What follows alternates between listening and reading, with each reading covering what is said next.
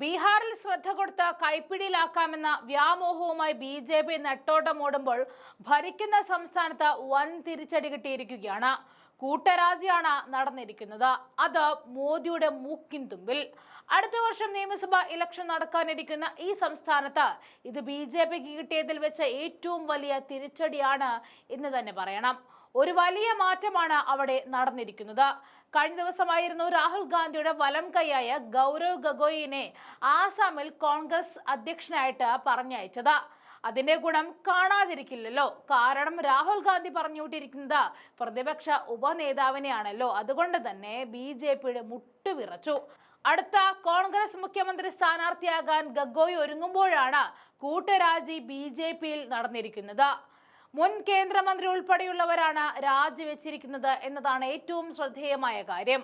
അസമിൽ ബി.ജെ.പിക്ക് കനത്ത തിരിച്ചടി നൽകിക്കൊണ്ട് മുൻ കേന്ദ്ര സഹമന്ത്രിയും മുതിർന്ന ബി.ജെ.പി. നേതാവുമായ രാജൻ ഗൊഹൈൻ ഉൾപ്പെടെ 17 പേരാണ് പാർട്ടി വിട്ടിരിക്കുന്നത്.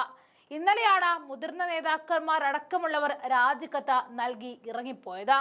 നിയമസഭാ തെരഞ്ഞെടുപ്പിന് മാസങ്ങൾ മാത്രം ബാക്കി നിൽക്കവേ മുതിർന്ന നേതാക്കളടക്കം കൂട്ടുരാജിവെച്ചത് സംസ്ഥാന നേതൃത്വത്തിന് വലിയ തിരിച്ചടി നൽകിയിരിക്കുകയാണ്.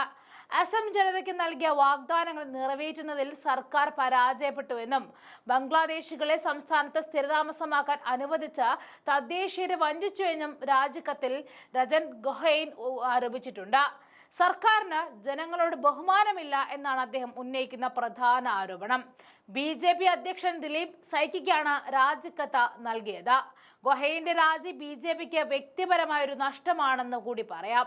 1999 മുതൽ 2019 വരെ 4 തവണ നഗോൺ നിയോജക മണ്ഡലത്തിൽ നിന്നും അദ്ദേഹം ലോക്സഭയിലേക്ക് തിരഞ്ഞെടുക്കപ്പെട്ടിട്ടുണ്ട്. കൂടാതെ 2016 മുതൽ 2019 വരെ കേന്ദ്ര റെയിൽവേ സഹമന്ത്രിയായിട്ടും സേവനമനുഷ്ഠിച്ചിട്ടുള്ള ആളാണ്. പാർട്ടി നേതൃത്വത്തിന്റെ ഇപ്പോഴത്തെ മനോഭാവം തങ്ങളെ പോലുള്ള മുതിർന്ന നേതാക്കളോട് മാറിയെന്നും രാജൻ ഗൊഹൈൻ തന്റെ മാധ്യമങ്ങളോട് പ്രതികരിച്ചിട്ടുണ്ട്. പാർട്ടി നേതൃത്വം പ്രവർത്തകരിൽ വിശ്വാസം അർപ്പിക്കുകയും ബഹുമാനം കാണിക്കുകയും ചെയ്ത സമയമായിരുന്നു മുമ്പുണ്ടായിരുന്നത്. ഇപ്പോൾ നേതൃത്വമാകെ മാറി. നമ്മളെ പോലെയുള്ളവരുടെ പാർട്ടിയുടെ മനോഭാവവും മാറി എന്നാണ് രാജൻ ഗൊഹൈൻ പറഞ്ഞത്. രാജ്യത്തെ ഏറ്റവും വർഗീയ വിഷം ചീറ്റുന്ന മുഖ്യമന്ത്രി ഹിമന്ത ബിശ്വ ശർമ്മ ഭരിക്കുന്ന ആസാമിൽ ഏകദേശം 35% മുകളിൽ വരുന്ന മുസ്ലിം സമുദായത്തെ ഒന്നിപ്പിക്കാൻ കഴിയുന്ന നേതാവാണ് ഗൊഗോയ്. അതുകൊണ്ട് തന്നെയാണ് ആസാമിലേക്ക് അദ്ദേഹത്തെ രാഹുൽ ഗാന്ധി പറഞ്ഞയച്ചത്. അപ്പോഴാണ് ബി.ജെ.പിയിൽ അവിടെ കൂട്ടുരാജി സംഭവിക്കുന്നത്. ഇത് ശരിക്കും മുഖ്യമന്ത്രിയുടെ മൂക്ക് ചുറ്റുന്നതിന് തുല്യമായി പോയി. എന്തായാലും സംഭവം ഇത്രയായ സ്ഥിതിക്ക് ഇത് കോൺഗ്രസിനെ സംബന്ധിച്ച് അസം സ്വന്തമാക്കാനുള്ള ഒരു സുവർണ അവസരം തന്നെയാണ് എന്നാണ് പറയേണ്ടത്.